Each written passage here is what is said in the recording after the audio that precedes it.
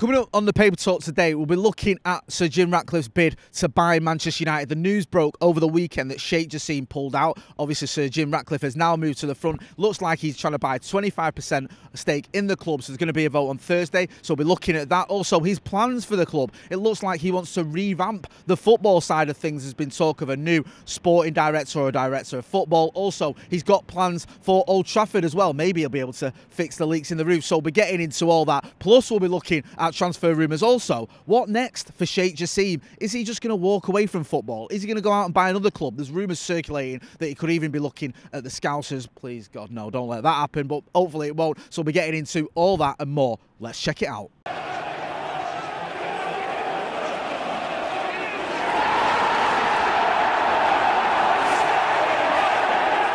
Jay here from Stretford Paddock. This is the Paper Talk. As you can see, I'm outside Old Trafford and it's cold. So if you've got your parka, wear it today. Loads of stories to get through, as you would expect. Most of them, if not all of them, focusing on the Manchester United takeover, on Sir Jim Ratcliffe. We know that Sheikh Jassim has pulled out of the race to buy Manchester United. The Qatari bid is done, so it looks like we're going to be moving ahead with Sir Jim Ratcliffe. There's a board meeting this Thursday where the board is going to vote for his proposal to buy 25% of the club. I'm going to get into the stories here, so it's not just me talking about it. We'll read through what's been said. So Jamie Jackson in The Guardian says Manchester United board to vote on Sir Jim Ratcliffe's bid for 25% share. Sources close to the Ineos owner are confident of club's approval. Sheikh Jassim has withdrawn his 100% offer for the club.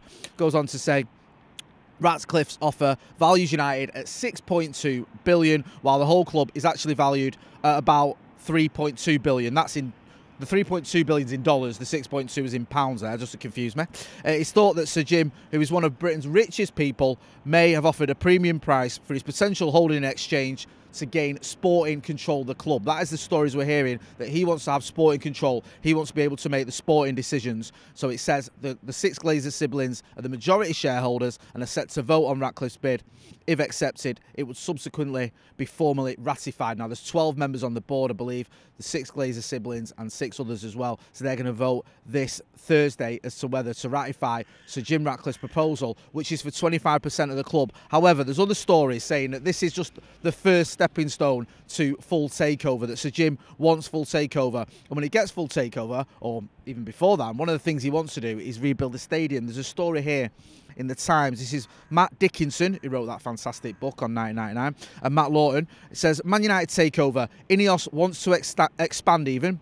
Old Trafford capacity to 90,000. British billionaire Sir Jim Ratcliffe expected to complete deal for 25% stake in the club for up to 1.3 billion this week. It says Ineos will explore how to expand a rebuilt Old Trafford into a 90,000 seat stadium if Sir Jim Ratcliffe is successful with his offer to buy a stake in United. The petrochemicals billionaire is hoping to hear on Thursday that the United board have approved his offer for 25% of A and B shares for up to 1.3 billion, with Ineos taking over the football side of the business from the Glazer family as part of the deal. So it's obvious that Sir Jim Ratcliffe isn't just buying a stake in the club to have no say in it. He wants to have a stake, he wants to have a say, and he wants to rebuild the stadium. And other reports suggest as well he wants full takeover. This is the first step towards a full takeover of Manchester United, or at least taking over all the Glazer shares, which is initially what he proposed. That got a bit of pushback from some of the other shareholders. This is why now we're seeing him buying both Glazer shares and other shares as well.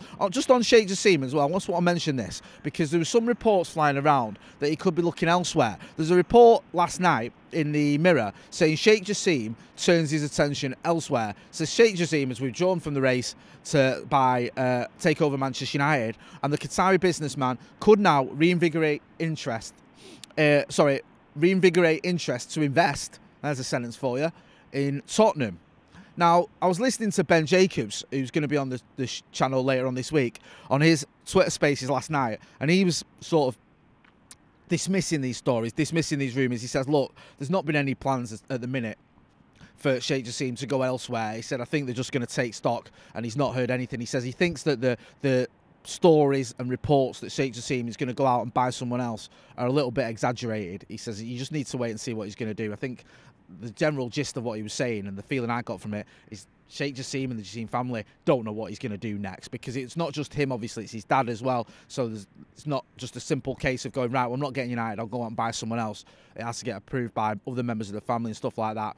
So he might turn his attention to another club. He might turn his attention to a different sport altogether, or a different idea. You just don't know. So we'll wait and see. But I wouldn't go getting too worried just yet that he's going to go out there and, I don't know, buy Liverpool and use all that money he's got to make Liverpool a fighting force. Well, I hope not anyway.